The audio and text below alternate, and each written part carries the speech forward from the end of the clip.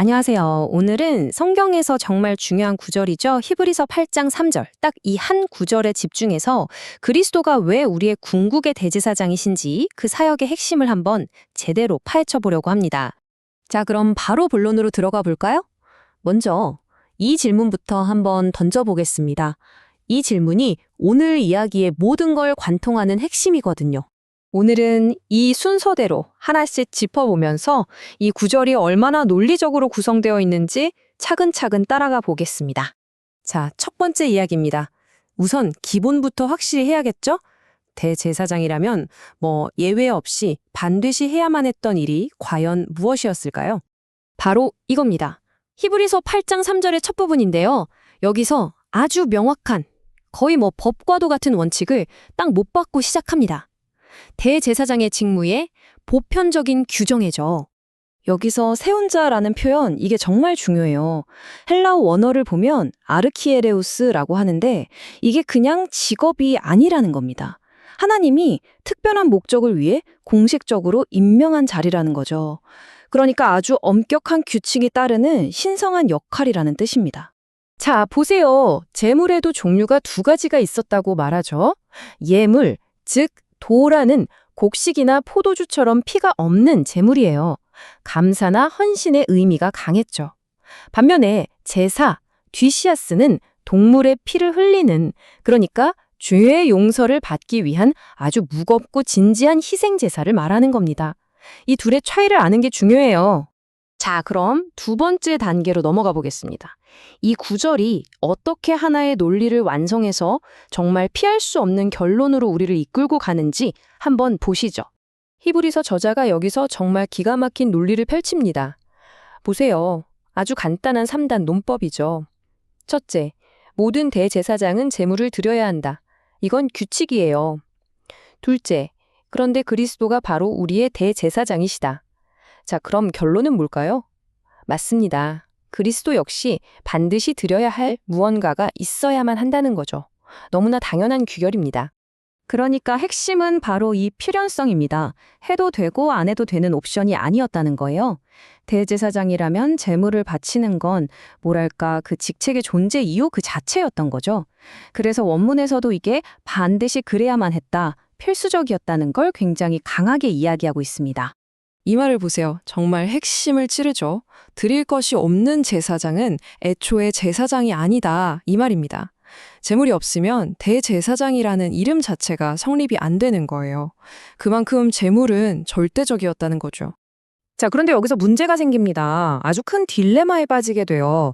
그리스도도 제물을 드려야 한다는 이 필연적인 결론이 예수님의 배경을 딱 들여다보는 순간 이거 뭔가 이상한데? 하는 모순에 부딪히게 되는 겁니다. 보세요.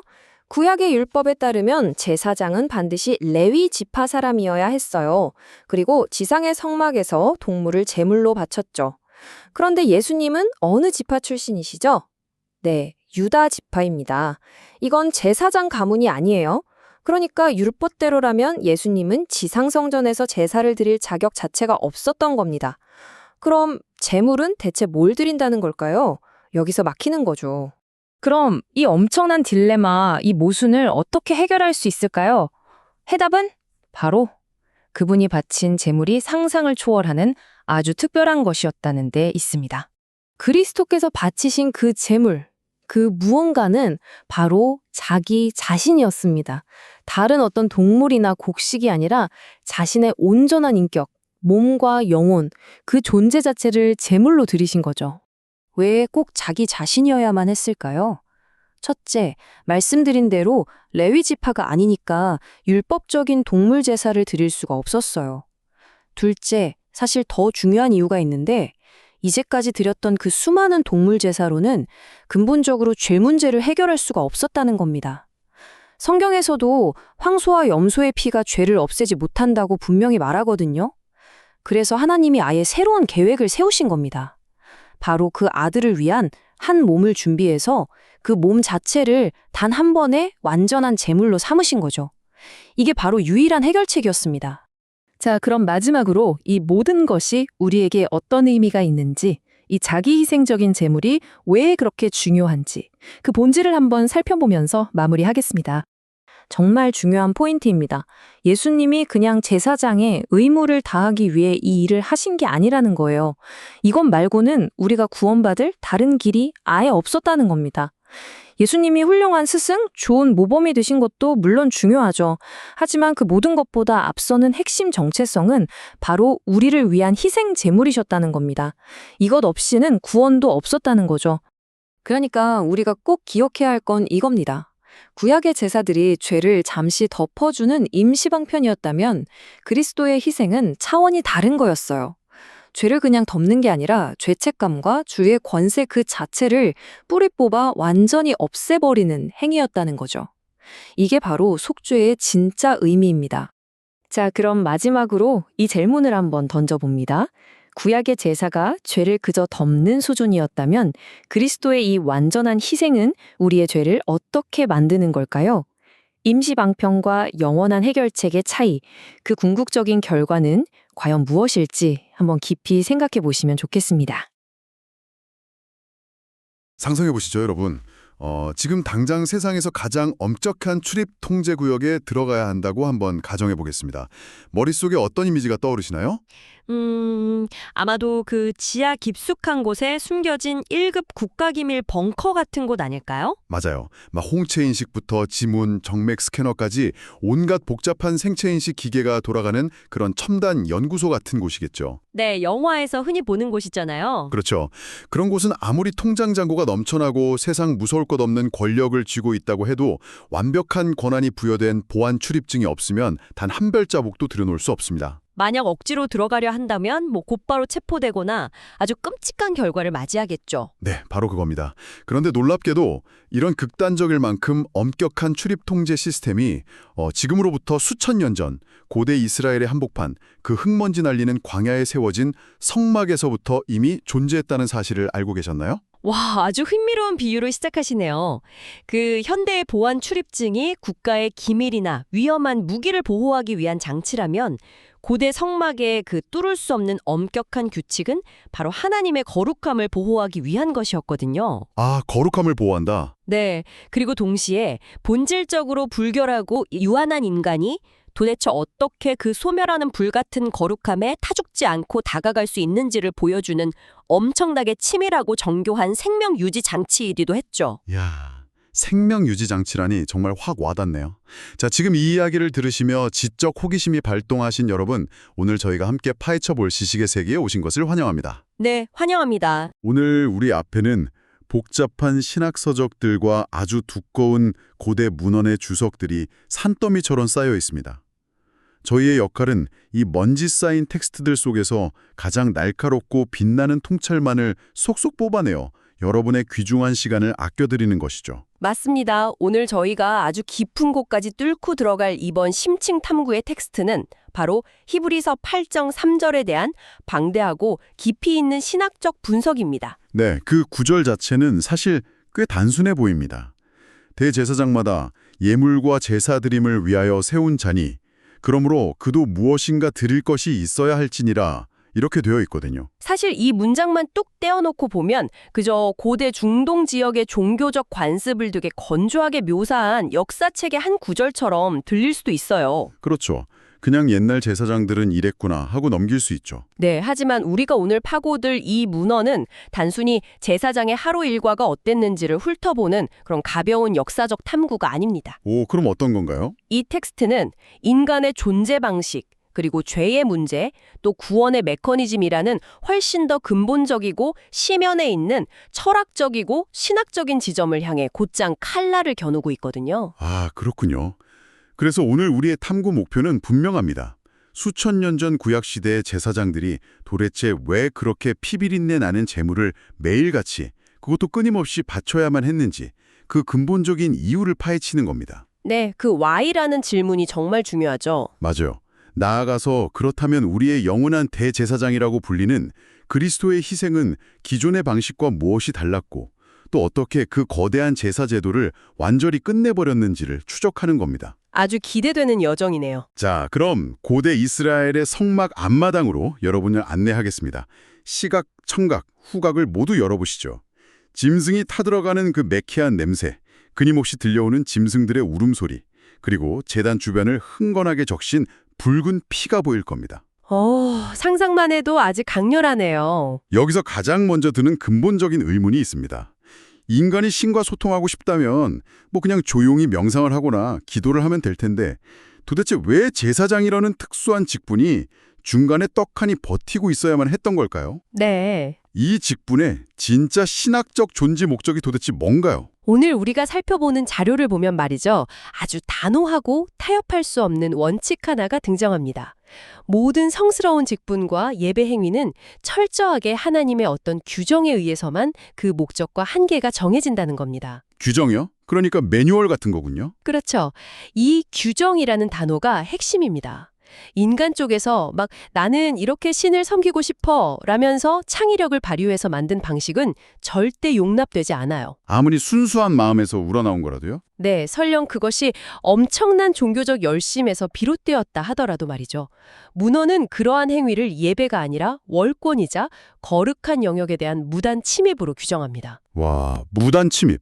아까 그 보안구력 비유랑 딱 맞아 떨어지네요. 맞습니다. 그래서 이 엄격한 규정에 따라 제사장에게 부여된 가장 주된 목적, 사실상 유일한 존재 이유는 오직 하나였습니다. 백성을 대신해서 그 사이에서 예물과 제사를 드리는 것이었죠. 예물과 제사라.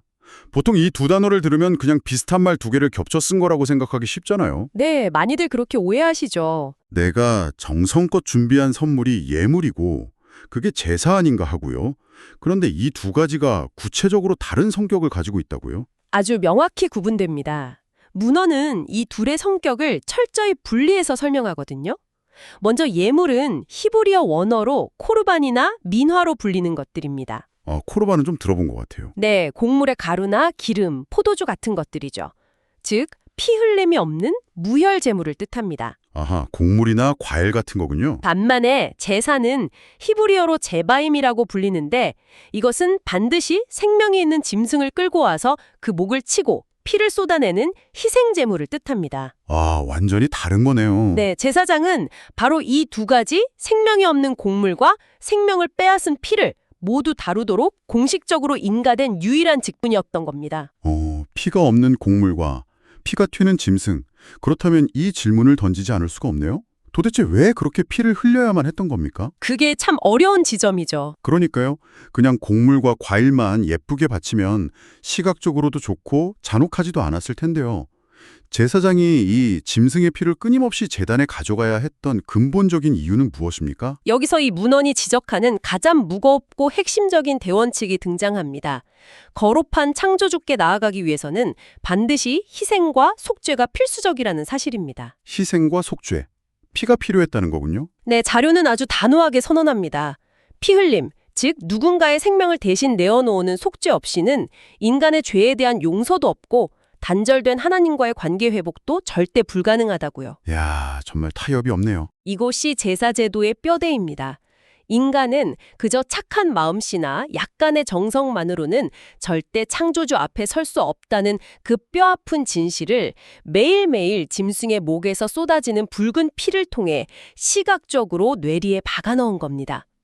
그 설명을 들으니 제가 맨 처음에 꺼냈던 그 1급 보안 출입증 비유가 그저 가벼운 농담이 아니라는 생각이 듭니다. 맞아요. 아주 정확한 비유였어요. 평범한 백성들이 아무리 정성스럽게 흠없는 짐승을 키워서 성소 뜰 안으로 끌고 와도 그걸 자기 손으로 직접 제단에 올릴 수는 없었잖아요. 절대 안 되죠. 오직 제사장이라는 그 피 묻은 공식 출입증을 가진 사람만이 성소 깊은 곳으로 접근할 수 있었으니까요. 네, 그 선을 넘는 순간 끝나는 겁니다. 맞아요. 그 선을 넘었을 때 어떤 끔찍한 일이 벌어지는지 제가 이 자료를 읽으면서 정말 소름이 쫙 돋았던 대목이 하나 있습니다.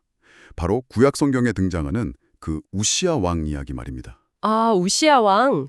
네, 그 사건은 제사장의 고유 권한이 얼마나 타협 불가능한 것인지를 보여주는 가장 충격적인 역사적 사례죠. 지금 듣고 계신 여러분도 한번 이 상황을 머릿속에 그려보시죠.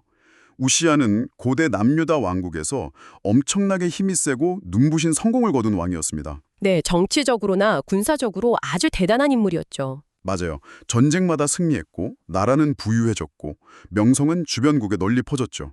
부와 권력을 문자 그대로 다 가졌습니다.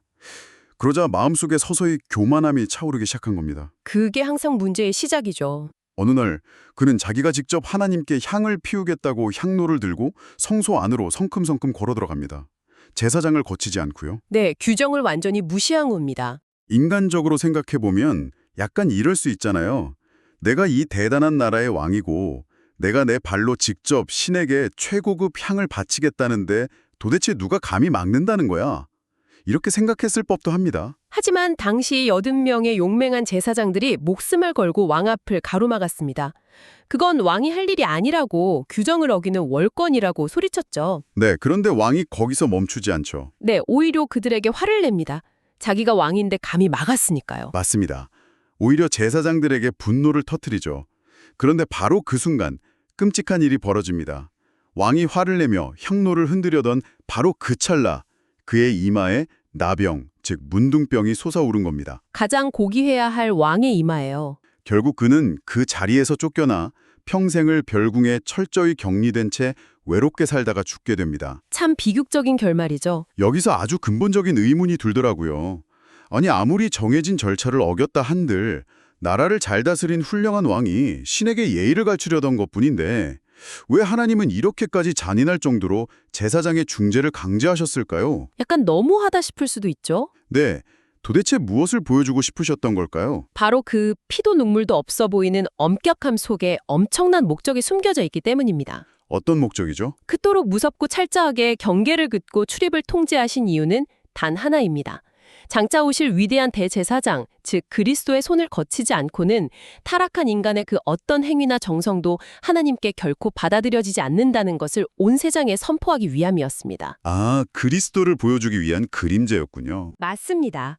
권력이 많든 적든 돈이 있든 없든 사회적 지위가 왕이든 노예든 상관없이 오직 하나님이 세우신 완벽한 중재자 없이는 구원이 불가능하다는 진리를 그 우시아 왕의 이마에 핀 나병을 통해 가장 직관적인 시청각 교육으로 남기신 셈이죠. 와, 그렇다면 수천 년 동안 진행된 그 수많은 짐승들의 피비린내 나는 제사들, 그리고 접근조차 허락되지 않던 그 살벌한 성막의 규율들이 사실은 전부 장차 일어날 진짜 사건을 가리키는 거대한 이전표였다는 거군요. 정확합니다.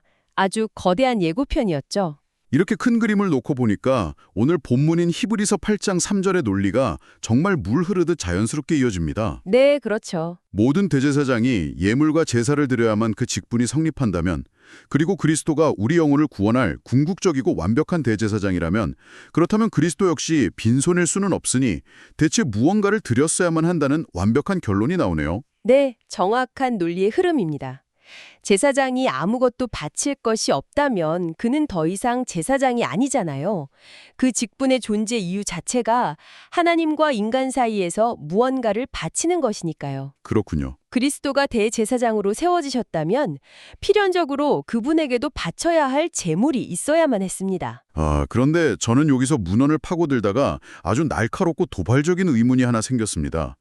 어쩌면 지금 이 이야기를 듣고 계신 여러분도 비슷한 생각을 하셨을지 모릅니다. 오, 어떤 의문인가요? 아니, 만약 예수님이 궁극적인 대제사장이라면 굳이 복잡하게 갈 것 없이 그냥 기존의 제사장들처럼 역대급으로 가장 크고 흠 하나까지 없는 완벽한 슈퍼 양이나 소를 가져다가 제단에 바치면 되는 거 아니었나요? 아, 가장 좋은 짐승으로요? 왜 굳이 이전에 없던 완전히 새로운 방식이 필요했던 거죠? 아주 예리한 질문입니다.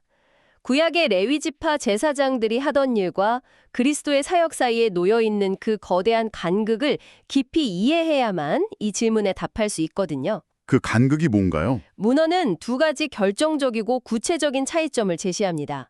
첫째는 현실적인 법적 자격, 즉 지파의 차이입니다. 지파요? 출신 성분 같은 건가요? 네, 예수님은 구약시대 내내 제사장을 독점적으로 배출해온 레위지파 출신이 아닙니다. 다윗 왕의 핏줄인 왕의 지파, 유다 지파 출신이셨죠. 족보부터가 아예 달랐군요. 그렇습니다. 모세의 율법에 따르면 오직 레위 지파만이 땅에 세워진 성소에서 동물 제사를 드릴 배타적이고 독점적인 권한을 가졌습니다. 유다 지파는 자격이 없었네요. 만약 그리스도께서 땅에 있는 예루살렘 성전에 가셔서 다른 대사장들처럼 양이나 소를 바치려 하셨다면 어떻게 됐을까요? 쫓겨났겠죠. 율법적으로 그분은 제사장으로 인정받기는커녕 성소의 질서를 어지럽히는 범법자로 몰렸을 겁니다. 합법적인 자격 미달이 되는 셈이죠. 와, 이거 정말 놀라운 포인트네요. 그러니까 예수님이 현대의 대기업 입사 지원서를 냈다고 치면 아예 필수 전공이 달라서 서류 심사 단계에서 곧바로 광탈해버린다는 거잖아요. 하하, 맞습니다. 서류 탈락이죠. 땅의 법정, 즉 모세의 율법 테두리 안에서는 애초에 동물을 바칠 자격 자체가 주어지지 않았다는 거네요. 그래서 땅이 아닌 다른 차원의 성소가 필요했던 거군요. 네, 정확합니다. 그렇다면 기존 방식이 안 되었던 두 번째 이유는 뭔가요? 두 번째 이유는 동물 제물 자체가 가진 본질적인 한계 때문입니다. 오늘 우리가 다루는 이 문헌은 그 점을 아주 강력하고 냉정하게 지적합니다. 한계라면 능력이 부족했다는 건가요? 네, 상상해 보시죠. 수천 년 동안 이스라엘 백성들이 바친 황소와 염소의 피를 다 모으면 아마 거대한 호수를 이루었을 겁니다.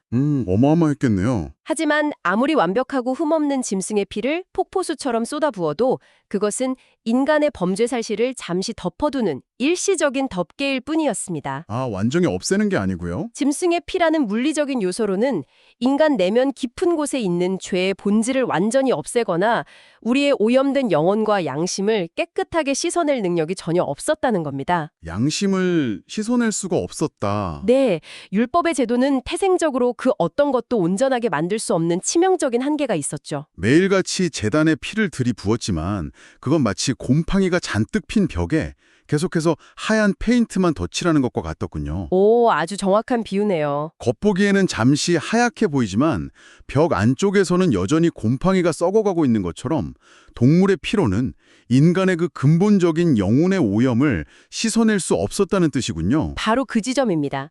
그래서 여기서 저는 이 문헌의 주석들을 분석하다가 발견한 아주 흥미로운 문법적 디테일 하나를 꺼내고 싶습니다. 오, 문법적 디테일이요? 네, 저는 베자나 고대 시리아어 번역본 같은 언어학적 해석을 들여다볼 때마다 그 정교함의 전율을 느끼곤 하거든요. 아, 이런 고대 언어의 디테일한 체이를 파고들 때마다 항상 소름 돋는 통찰이 터져 나오더라고요. 지금 이 방송을 듣고 계신 여러분도 아마 귀를 쫑긋 세우고 계실 겁니다. 어떤 뉘앙스가 숨어 있습니까? 우리가 읽은 히브리서 원문을 한국어로 보면 그도 무엇인가 드릴 것이 있어야 할지니라 라고 되어 있습니다. 네, 할진이라 라고 되어 있죠. 마치 오늘날에도 계속 무언가를 바쳐야 하는 현재형이나 미래의 의무처럼 들리잖아요. 그렇죠. 지금 당장 해야 될 것 같은 느낌이죠. 하지만 베자나 시리아와 번역본의 주석가들은 이 구절이 가진 진짜 뉘앙스가 사실상 드릴 것이 있어야 했다라는 과거의 당위성을 깊게 내포하고 있다고 예리하게 지적합니다.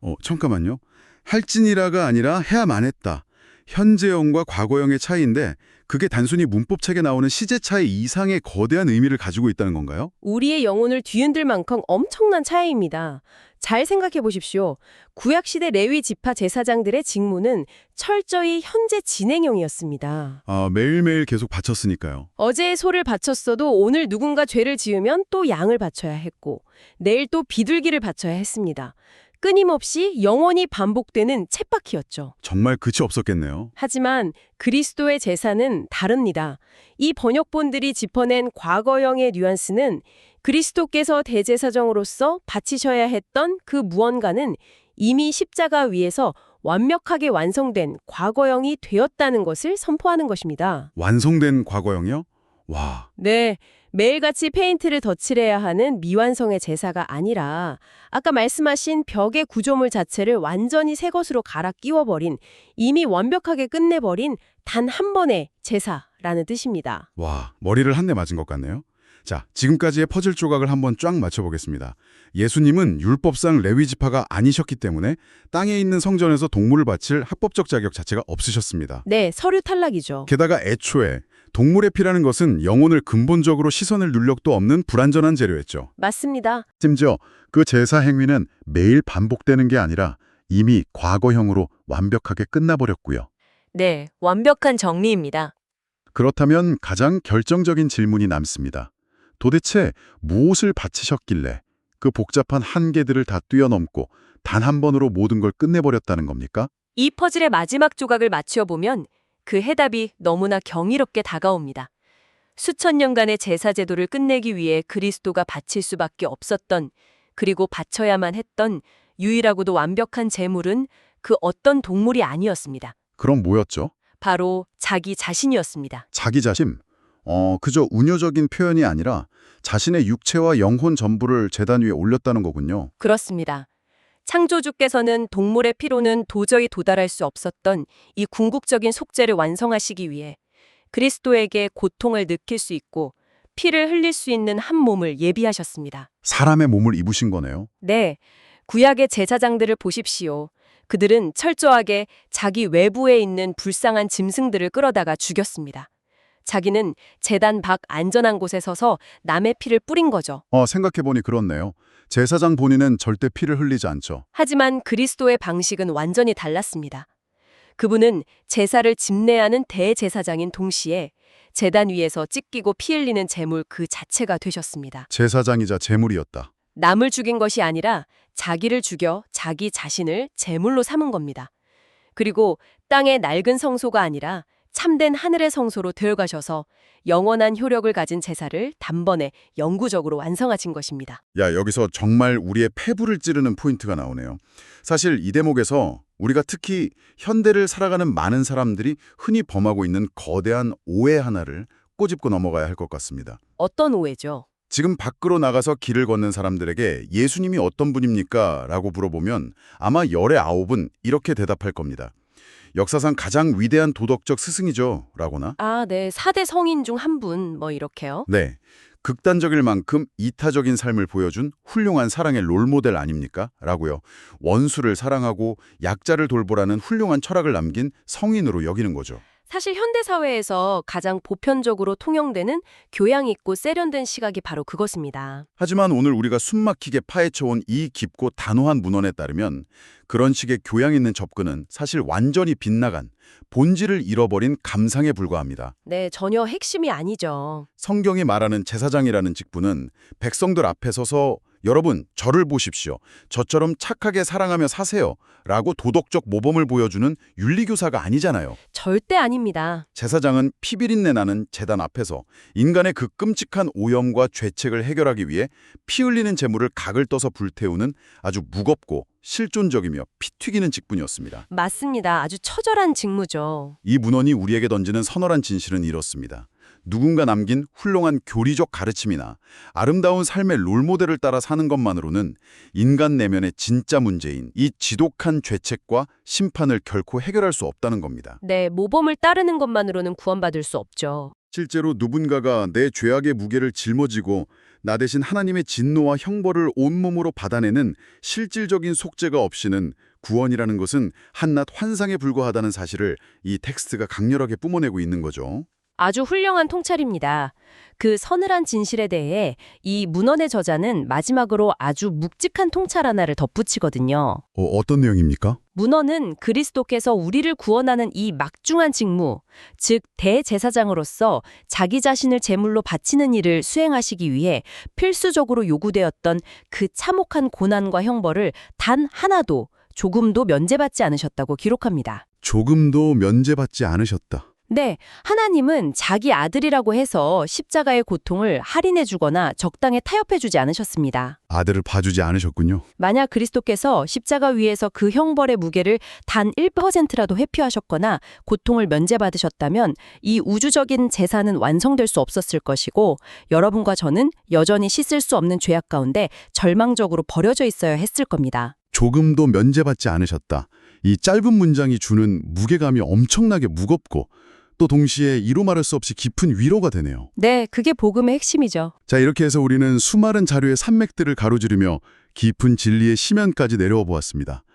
그래서 이 모든 복잡하고 심오한 신학적 사실들이 결국 다 무슨 의미일까요? 이제 정리를 해봐야겠죠? 누구나 침입할 수 없었던 거룩함의 경계와 제사제도의 존재 이유부터 시작했습니다.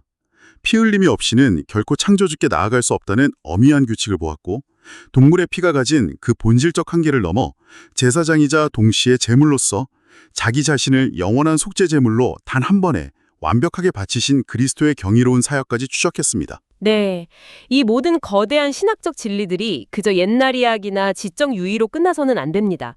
지금 이 방송을 듣고 계신 여러분에게 이 사실이 왜 중요할까요? 네, 이게 우리 현실과 어떻게 연결되나요? 그리스도께서 여러분과 나를 구원하기 위한 자신의 직무를 완성하기 위해 그 혹독한 희생을 단 하나도 타협하거나 회피하지 않으셨잖아요. 근데 다 감당하셨죠? 그렇다면 그 은혜를 입은 우리 역시 마찬가지입니다.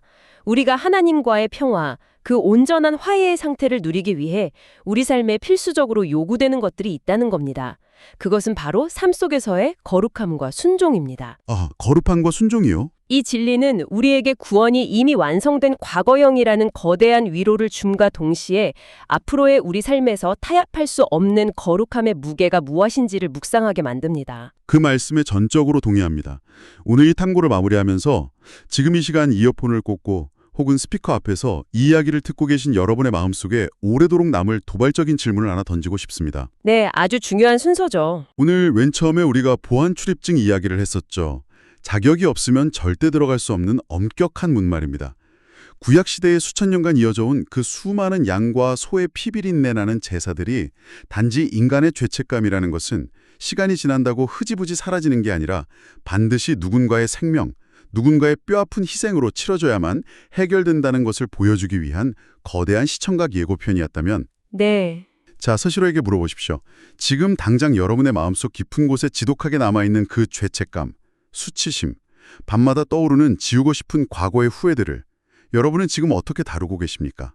참 아픈 질문이네요. 어쩌면 여러분은 지금 여러분을 짓누르는 그 죄책감을 해결하기 위해 여전히 고대 사람들처럼 스스로 동물의 피를 구하러 다니듯 나의 알량한 도덕성이나 봉사활동 혹은 끝없이 자책하며 스스로를 괴롭히는 방식의 셀프 제사를 드리며 스스로를 속죄하려 애쓰고 계시지는 않습니까? 내가 이만큼 아파하면 혹은 이만큼 착하게 살면 내 죄책감이 좀 덜어질 거라는 착각 속에서 말이죠. 맞습니다. 아니면 오늘 우리가 파헤친 문헌이 그토록 분명하게 외치고 있는 그 완성된 과거형, 즉 이미 단번에 영원히 완벽하게 치러진 대제사장 그리스도의 그 엄청난 자기희생의 십자가만을 유일한 출입증으로 꽉 붙잡고 바라보고 계십니까? 오늘 이 질문이 여러분의 내면에 깊은 파장을 일으키고 완전히 새로운 자유의 문을 열어주기를 바랍니다. 네, 꼭 그렇게 되기를 바랍니다. 오늘도 얕은 지식에 머물지 않고 깊이 있는 통찰의 바다로 저희와 함께 끝까지 뛰어들어 주신 여러분께 진심으로 감사드립니다. 감사합니다. 다음 시간에도 책장 속 깊숙이 숨겨진 방대한 지식들의 먼지를 털어내고 가장 흥미롭고 예리하게 그리고 여러분의 삶을 뒤흔들 만한 통찰로 엮어내어 곁으로 찾아오겠습니다. 그때까지 당연하게 여겼던 것들에 끊임없이 질문을 던지며 계속해서 탐구하십시오.